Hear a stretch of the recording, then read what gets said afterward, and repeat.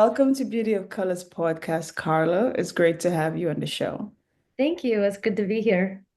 So, tell the listeners about you and how did you become interested in marriage and family therapy?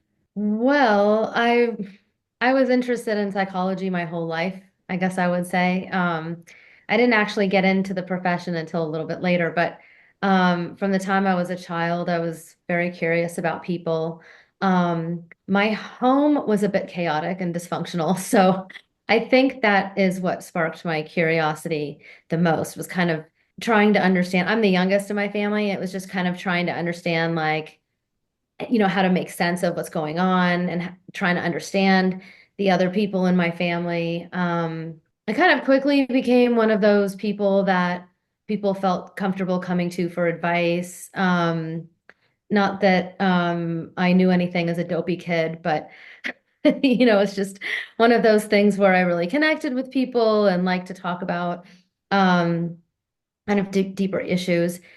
So I kind of knew it my whole life, but it wasn't until um a few years out of college when I had more maturity that I felt like it was the time to actually pursue it. I was writing a lot in my 20s, hoping to be a published author. That didn't work out. But I went to graduate school in my 30s and I never looked back. I knew right away that I was finally doing what I was meant to be doing, and it's been great. Um, I mean, I love being a part of people's journeys and helping them self-discover and just helping them connect the dots and but anyway, throughout the course of that, then it became clear to me that I could try writing again as a therapist and write in a different way because I was writing fiction before. And so I realized, wait, I could use my creative voice this way and I can help people. I can write a book that helps people. And instead of just trying to entertain people, I can also help them. My book is also still trying to entertain people. I definitely didn't go about it in a, like, your typical therapist clinical way. It's meant to be entertaining while informative. So I finally feel like I'm doing the two things I was meant to be doing, not one or the other. And so that's where I am now, a therapist who just got a book out. So Sounds great. yeah. So tell us a little bit about your book and Yeah. what's the story behind your book? So the book is called Outsmarting Egomaniacs: How to Respond to Narcissists and Master Manipulators.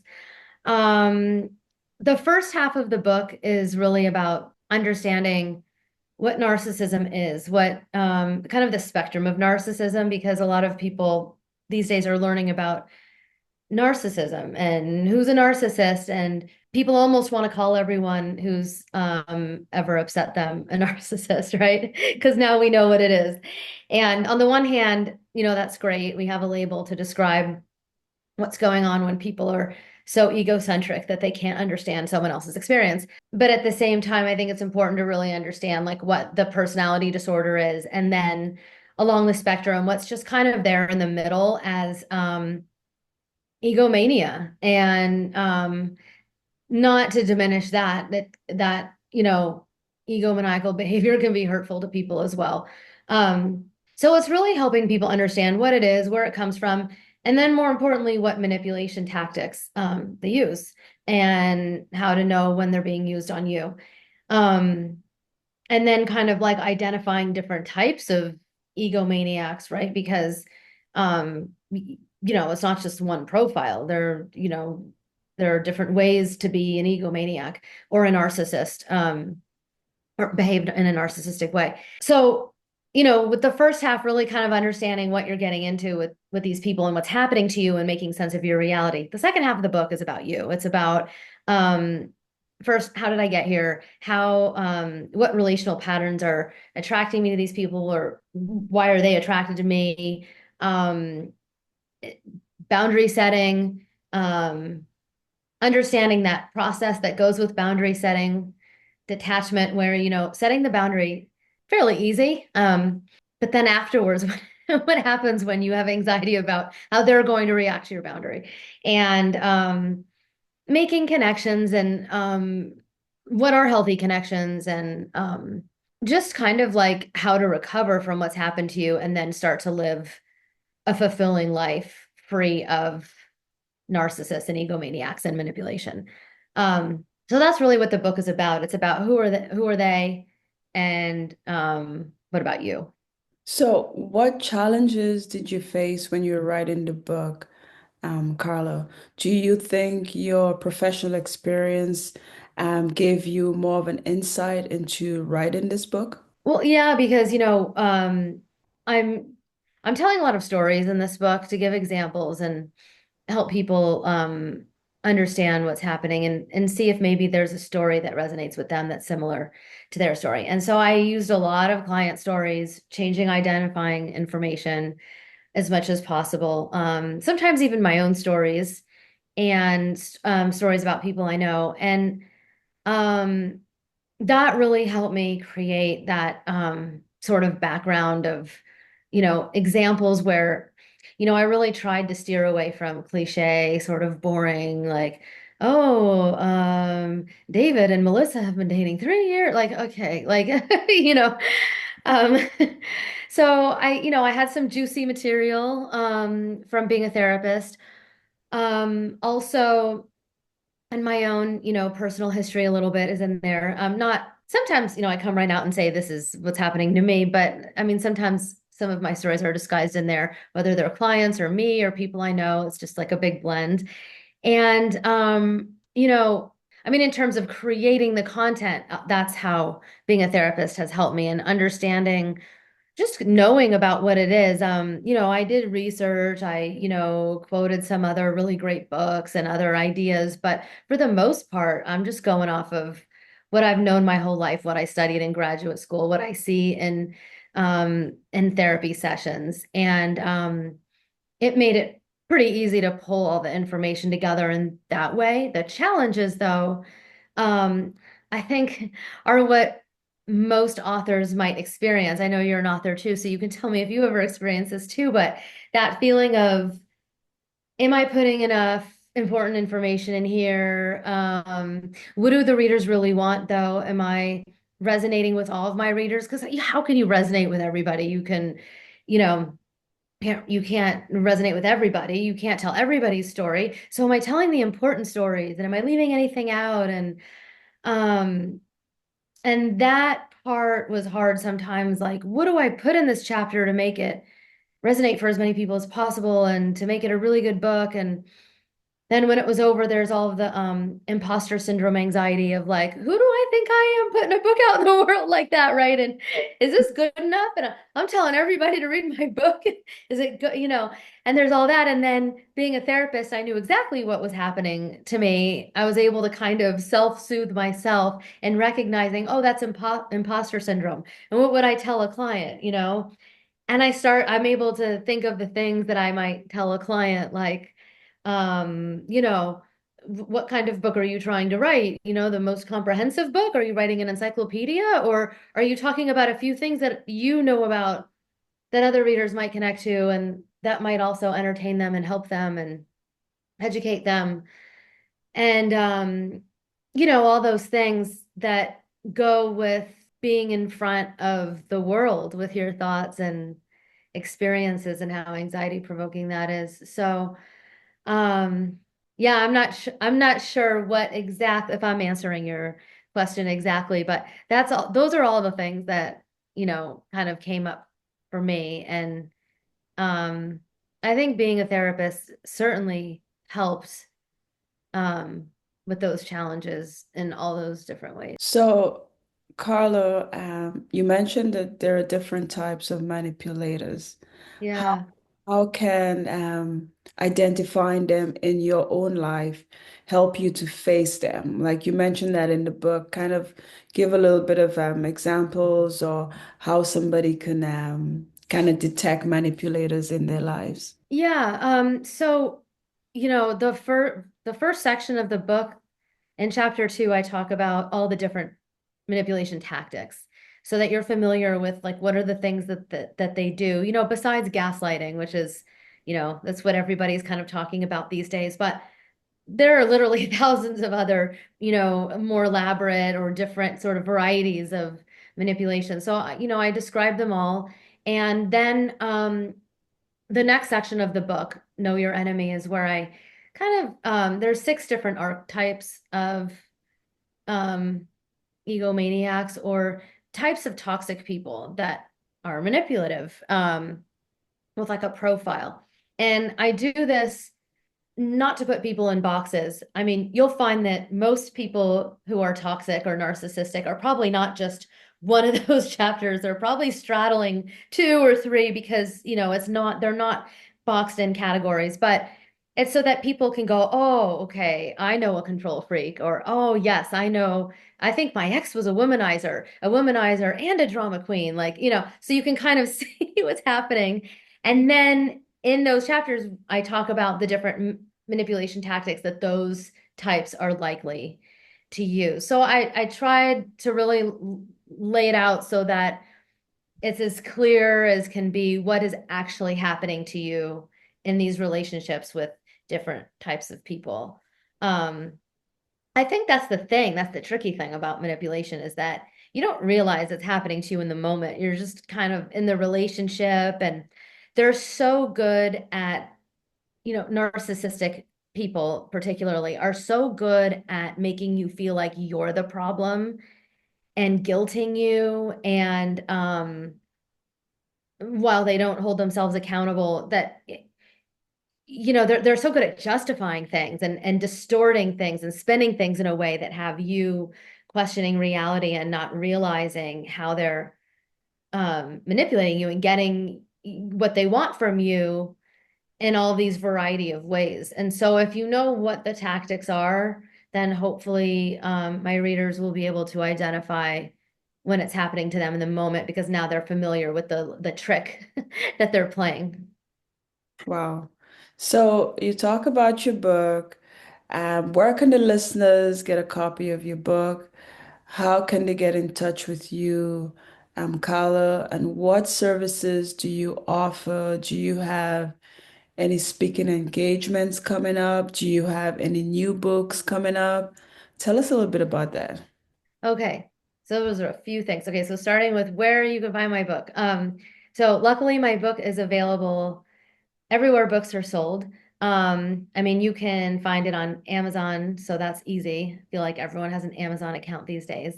It's on Amazon. It's on most bookstore websites like Barnes and Noble and any um you know, place where they sell books online. If you go into a bookstore, it may or may not be on the shelf, but if you want to go into your local bookstore and look for it and you don't see it there, just ask them because they can usually just order it and have it in the store within a day or two. It's not like, you order and it takes weeks and weeks. So you can get it at any bookstore. This is what it looks like. It's got the big red balloon. Um, so my book's pretty easy to find, luckily. And your other question, what services do I offer and where can they find me? Yeah, how they can get in. Um, yeah, my website, carlalitotherapy.com, has a list of all my services. So I am available as a therapist.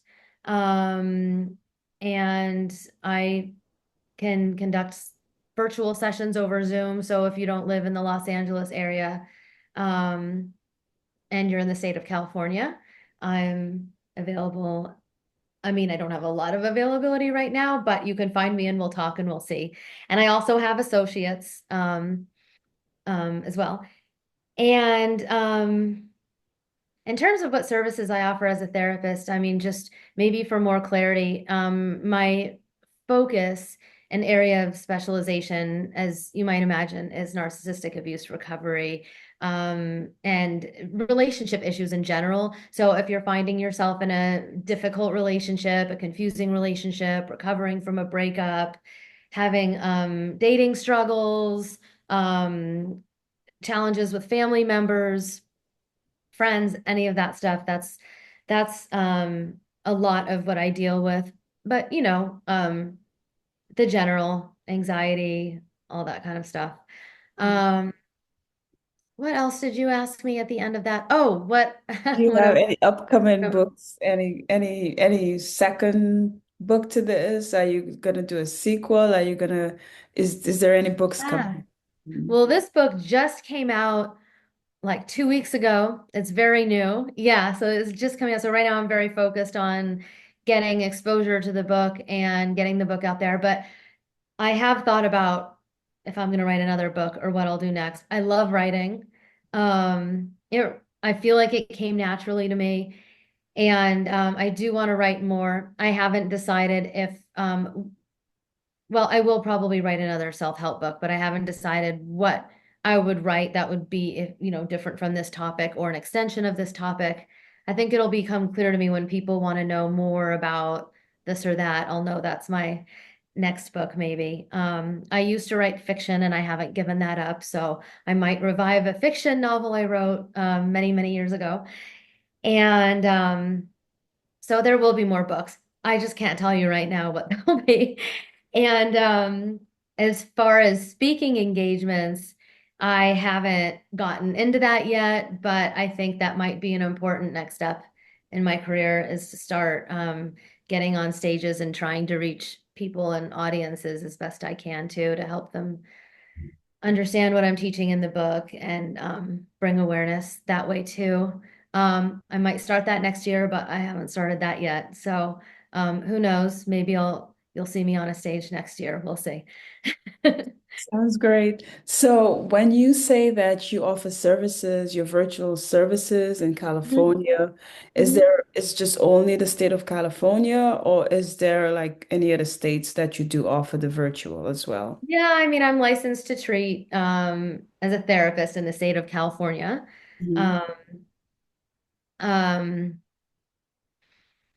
Relationship consultation and coaching could be anywhere. But I'm a therapist in the state of California. Um, and my schedule's pretty, I have like a few openings. My client caseload is pretty busy, but I do have openings. So if you are feeling like what I specialize in is exactly what you're wanting some expertise help with, um, still reach out to me. Sounds good. So, Carla, do you have any last words for the listeners on how someone can protect themselves from getting manipulated? Yes, boundaries, boundaries, boundaries, boundaries. That's chapter 10 in the book.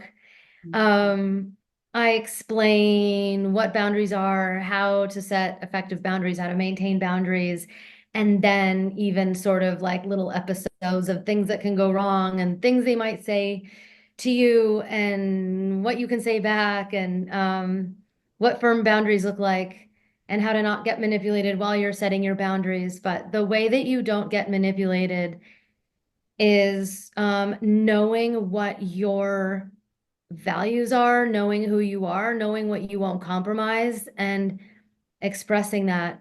Boundaries are really an opportunity to see if the relationship can thrive because the other person's either gonna accept your boundaries or not. And if they do, the relationship can grow. If they don't, and narcissists and manipulators typically do not, that's how you find out that the relationship's toxic and you're getting manipulated. And at that point, you have another set of choices, which is to decide if, how much you want to participate in an imbalanced relationship. So you have to start with boundaries. They can be tricky, and scary at first if you have always been kind of loose with boundaries and afraid to set boundaries because you don't like to disappoint other people or be disliked. But in the book, I cover that a lot about sort of your own process, your own psychology, and what to sort of understand about yourself and have a new way of looking at relationships to set boundaries with confidence and stand in your confidence. I have a whole chapter on confidence because that's so important for healthy relationships and all the things that we're talking about. Um, so Gosh, I could almost even answer your question in one word. Well, two words, boundaries and confidence. Boom, there, chapter 10 and 12. Those are the two things. It's probably the two most important things. Excellent. Nicely said. So, Carlo, thank you for being on Beauty of Colors podcast. Thank you for having me on your podcast.